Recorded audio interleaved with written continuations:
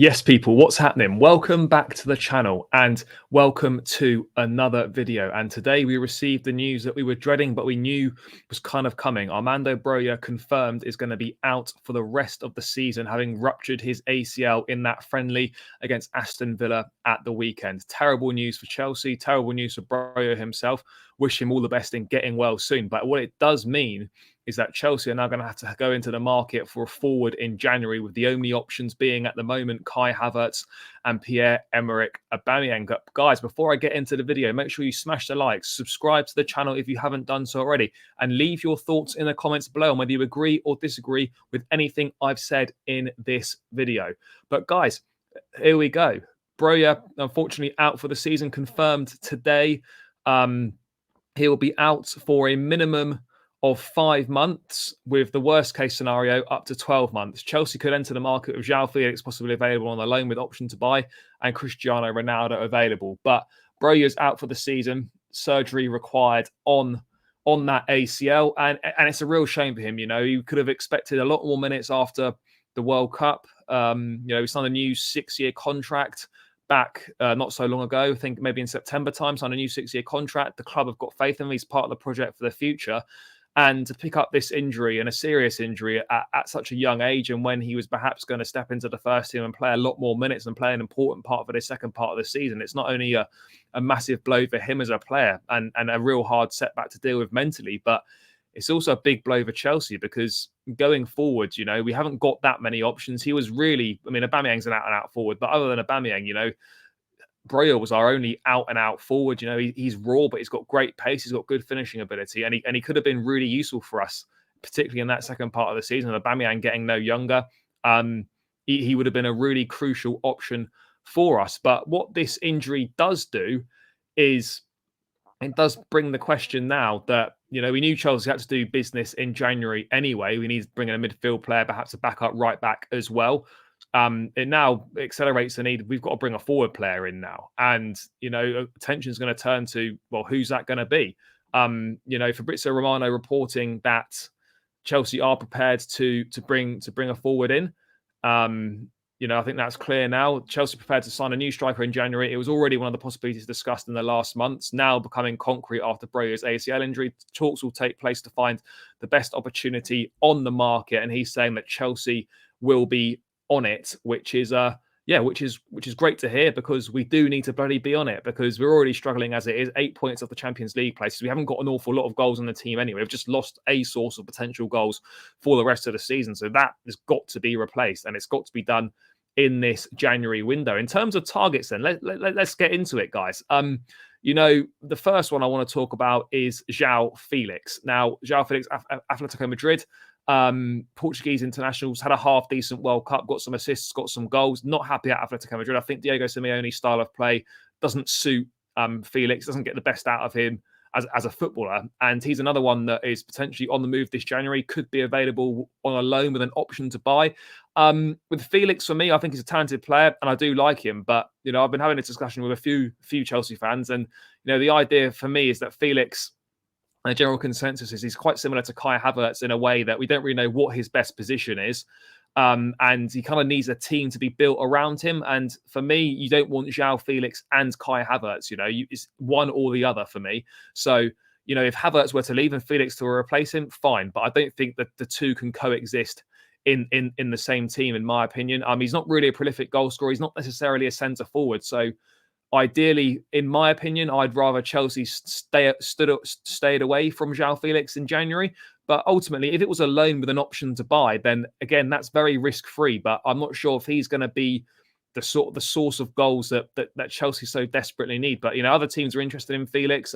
Aston Villa, supposedly quite near the front of the crew. Wolves are also interested as well. I think it would be a great shame if he did end up, no disrespect, going to a Villa or Wolves. I think his talents deserve to be displayed on a far bigger stage than Aston Villa or Wolverhampton. But, you know, stranger things have happened in football. But from a Chelsea perspective, for me, Felix, he would be risk-free on a loan with an option to buy, but I don't think it answers the problems to our goal scoring problem. So for me, it would have to be a no on João Felix. Let's move on to another target, Rafael Leao then. Chelsea have been keeping tabs on Leao for a while. They've been having conversations out in Qatar. Leao, again, had a decent World Cup. Wasn't actually a starter for Portugal, but he still came off the bench. He scored a couple of really good goals. You can see how good a player he is. And this was a couple of days ago from Florian Plettenberg, a Sky Deutschland reporter, that Chelsea held talks in Qatar for Rafa Leao. 60 million was refused. Milan want the 128 million pound release clause, but supposedly Rafa Leao does not want to extend beyond 2024 at this current point. Obviously, 2024 is when his contract expires, and going on to say that City and Real Madrid are in the race, according to Florian Plettenberg as well, but Chelsea had those recent talks in Qatar. For me, with Rafa Leao, I think he's an outstanding player. But at the moment, right now, in the squad, I think we've got profiles of players similar to him. But would Leao be better? Yes, he would. But it would be a similar type of profile. And again, does he solve the goal-scoring issues? Not necessarily. It would be bringing another player in. But unless we solve our creativity issues, then you can have whatever players you want at the top end of the pitch. If we're not creating for them, then it's irrelevant who's up there. We're going to be having the same conversations over and over again, just talking about personnel that have been replaced at the top end of the pitch. I think Leao's a great player, but again, likes to play transition football. Milan are a play on the transition, you know, a player that's got a lot of pace, will burn you, lots of space, likes to play in a lot of space. And where have we seen that before? I'm not saying Leao's like Timo Werner, but he very much thrives of playing in space and having pace to burn. Yes, he's a better finisher. I think he's a better footballer than Timo Werner, but ultimately, like, he thrives in the same sort of way that Werner does, off space and playing on the transition. And at the moment, we don't really do that. There's not that much space, in the Premier League to exploit. So whilst Leao, I think, would be a great signing, again, it doesn't really solve the issues of scoring goals for Chelsea. And it also doesn't make us more creative either. We need to find some creativity from midfield, creativity from wide areas. Yes, he'd chip in with a few assists, but it's not kind of that creative playmaker that we're looking for to create more chances for our forward players to try and solve that problem. But moving away from Rafa Leao, Yusuf Moukoko, the young Germany and Borussia Dortmund forward, that kind of broke sort of over the weekend, back end of last week, that Chelsea were interested in him. You know, he'd be one for the future, certainly a young player, would tick the boxes for what Topo is trying to do, building a young squad with the majority of it under 25 years of age. Moukoko available on a free transfer. Chelsea are interested. Christian Falk, again, another German correspondent, head of football at Sport Bild, a big German publication, saying that the bosses of Borussia Dortmund don't want to sell Yusuf Moukoko in the January window to Chelsea, but he will be a free agent in the summer. Now, I think this is probably one that Chelsea will perhaps maybe get done in the summer. I think it's tricky to get this done in January. Again, if Dortmund want money from Moukoko and he's made it clear that he doesn't want to sign a new contract, then they'd be wise to cash in January to get some money for him, unless they're happy for him to leave for nothing. But ultimately, I think this is one where, again, for the future, great, but it doesn't resolve the issues for the here and now. It doesn't make the first team better. It's just kind of getting another body on the bench that could maybe contribute in a few games here and there. But we need someone that can come in and score goals. And yes, he's got a phenomenal record in the Borussia Dortmund youth teams. He's scoring goals at Dortmund now. Haaland's described him a few years ago as one of the most exciting talents in world football. That's all well and good, but right at this moment in time, it doesn't solve the issues. I'm not against this signing, but in terms of building for the future, but I am against it if it means that we sign him and we hope that he does something for the second half of the season, because I just don't think that's going to be the case at all.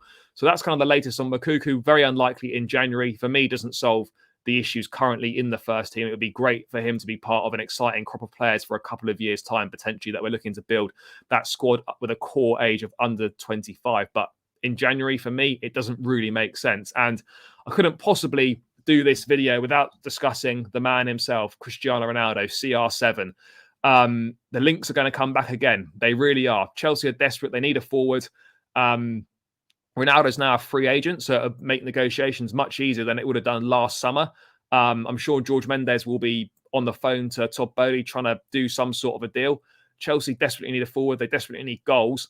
The Ronaldo noises are only going to get louder. It's not just Chelsea that are in need of a forward. Arsenal need a forward to replace Gabriel Jesus, who's out for 3 months. There's 3 of the top 6 sides that need a centre forward, and you really got Cristiano Ronaldo on a free transfer available for 6 months. You probably could do a lot worse. I just look at it from a Chelsea perspective, and I think the time to get him would have been in the summer. That's when it would have made sense to bring in a 37-year-old Ronaldo now, who's very much one-dimensional, would expect to play all the time. doesn't offer anything unless he's scoring goals. I know that sounds weird, but there's no other part of it. He doesn't offer anything else to the team. So if he's not scoring, you've basically got a passenger on the team. You know, he's not making runs. He's not going to be linking the play up. And I think it just goes against everything Chelsea are looking to do and looking to build in the project. So, yeah, for me, it doesn't make sense, but I can see why this one's going to be back in the news and back making headlines again, because Chelsea are desperate. And whilst I think it still remains unlikely, the likeliness has increased of it potentially happening. But Ronaldo, it doesn't make sense on any footballing levels at all. The only way it makes sense is on a commercial level. It'll bring unwanted attention to the club. You know, it will always be about Ronaldo. If he's on the bench, why isn't he playing? You don't need that negativity and that constant media spotlight when we're struggling as it is at the moment. So for me, I think it's best to steer well clear. And one other person that I do want to mention is Memphis Depay. We were linked with him kind of at the end of the summer window. Nothing materialised there. I think it's clear that he probably does want to get out of Barcelona. He had a half-decent World Cup. And I think it's one that could be done cheaply. Barcelona, we know their financial issues are well documented. He's been in the Premier League before. We probably have a point to prove. Is he a out-and-out centre-forward? Not necessarily, but he can certainly do that. I think he's a very skillful player.